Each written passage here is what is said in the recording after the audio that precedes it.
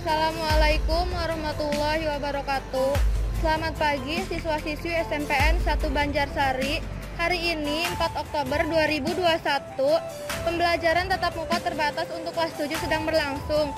Dan juga tepat hari ini, kegiatan asesmen kompetensi minimum atau AKM untuk siswa-siswi kelas 8 yang terpilih sebanyak 45 orang sedang berlangsung. Mari kita bertanya sebelum dimulai. Boleh bertanya, nama kamu siapa? Rafina. Bagaimana persiapan kamu mengikuti AKM? Belajar dari jauh-jauh hari dan giat untuk mengikuti AKM. Udah. Makasih ya.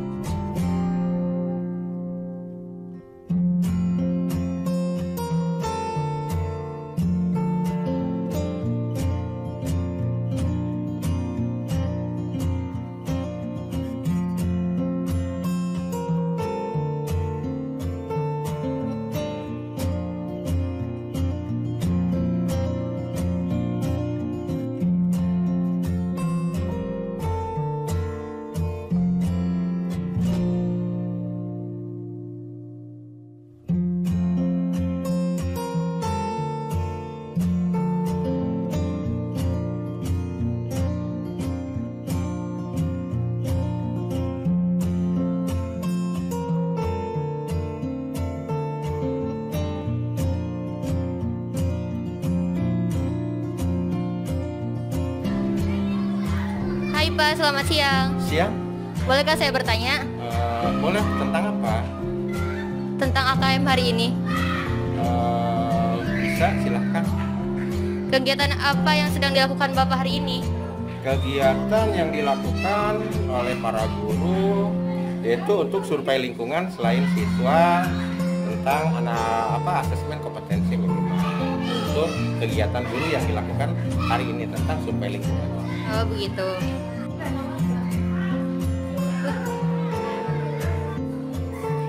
Apa itu survei lingkungan belajar, Pak? Yang dimaksud survei lingkungan belajar adalah kegiatan rutinitas yang sering dilakukan oleh guru pada saat dia mengajar, tentang apa yang dilakukan oleh guru yang ada hubungannya dengan pembelajaran yang diberikan kepada siswa. Apakah memang pembelajaran itu sesuai runutan yang ada atau tidak. Jadi survei lingkungan belajar mengkhususkan pada guru tentang intinya apa sih yang dilakukan oleh guru pada saat dia mengajar kepada siswa setiap harinya. Itu yang disebut dengan survei lingkungan belajar. Gitu ya, Pak. Apakah ada kendala dalam mengisi angket atau survei lingkungan belajar? Kalau kendala secara pribadi tidak, tapi mungkin teman-teman yang lain banyak. Yang pertama, kendala dari sinyal, itu yang paling utama. Kemudian kendala dari gawai yang digunakan. Ada gawai yang tidak mendukung kapasitas dari pengisian angket survei lingkungan belajar. Kemudian yang ketiga, ada juga beberapa rekan guru yang memang terkendala di gagap teknologi atau dalam bahasa lainnya gaptek, itu untuk kendala-kendala yang dialami oleh teman-teman.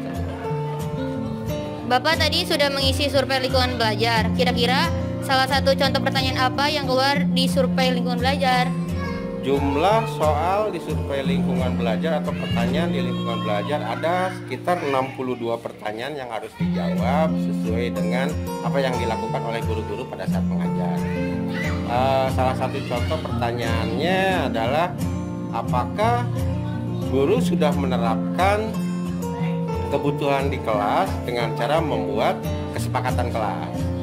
Nah, contoh kesepakatan kelas yang intinya nanti akan berpengaruh pada merdeka belajar dari siswa. Jadi kesepakatan atau peraturan-peraturan yang dibuat itu berdasarkan kesepakatan seluruh siswa yang ada di kelas itu. Satu contoh, kesepakatan apa yang akan dilakukan oleh kelas itu ketika di pelajaran itu. Di antaranya mungkin bagaimana caranya agar siswa tidak terlambat untuk ikut pembelajaran, kemudian bagaimana caranya agar kelas itu tetap menjadi bersih, dan itu kesepakatan yang disepakati oleh para siswa semua.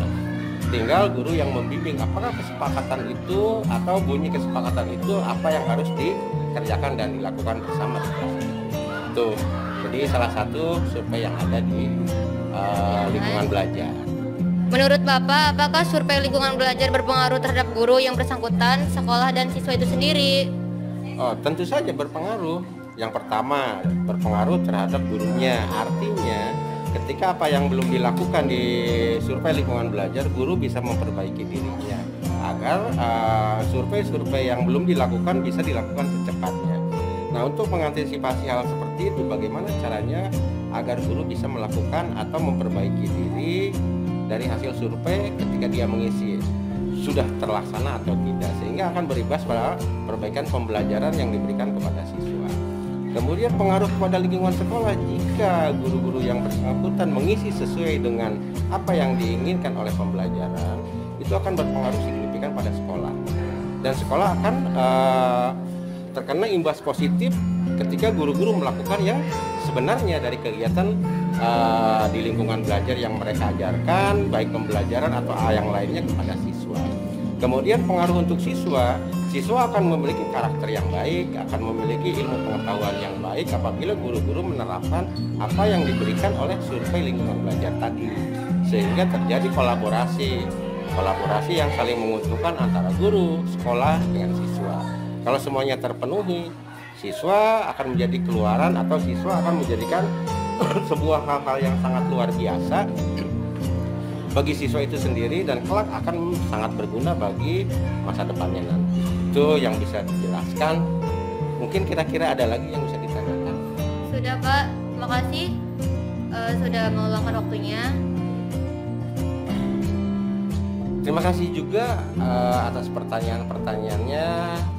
Mudah-mudahan semuanya bisa diharapkan untuk anak-anak sekolah, khususnya SMP 1 Banjarsari, bisa mengembangkan jiwa kepemimpinannya dengan cara seperti ini. Baik, silakan untuk beraktivitas kembali. Baik Pak.